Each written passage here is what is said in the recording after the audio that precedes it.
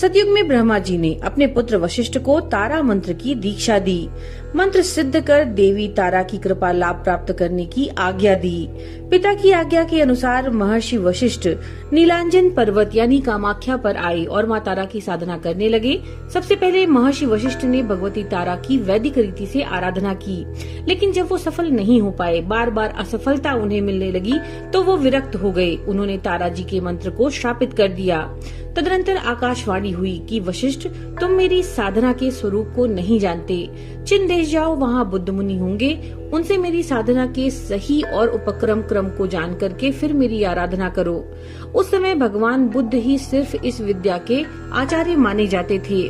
वशिष्ठ मुनि ने चीन देश की यात्रा की। वहाँ जाकर मुनि ने देखा कि बुद्ध मुनि मदिरा, मांस, मत्स्य नृत्य करती हुई नर्तकियों में आसक्त हैं। ये सब देख करके वे वापस लौटने लगे। लौटते हुए मुनि को देख करके भगवान बुद्ध ने उन्हें रुकने के लिए कहा और पीछे मुड़कर जब वशिष्ठ जी ने देखा तो वो चकित रह गए।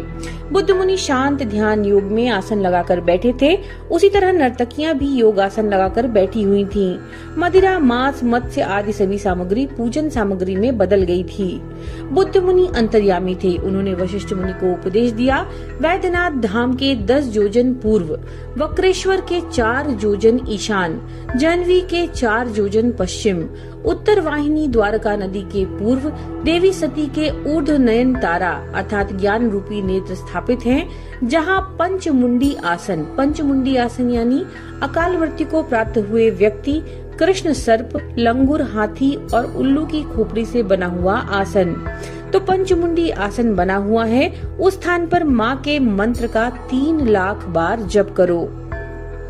वशिष्ठ मुनि ने बताए हुए क्रम के अनुसार माँ तारा की पूजा आराधना साधना की, साथ ही श्वेत श्यामल वृक्ष के नीचे पंचमुंडी का आसन निर्माण करके 3 लाख मंत्रों का जप किया।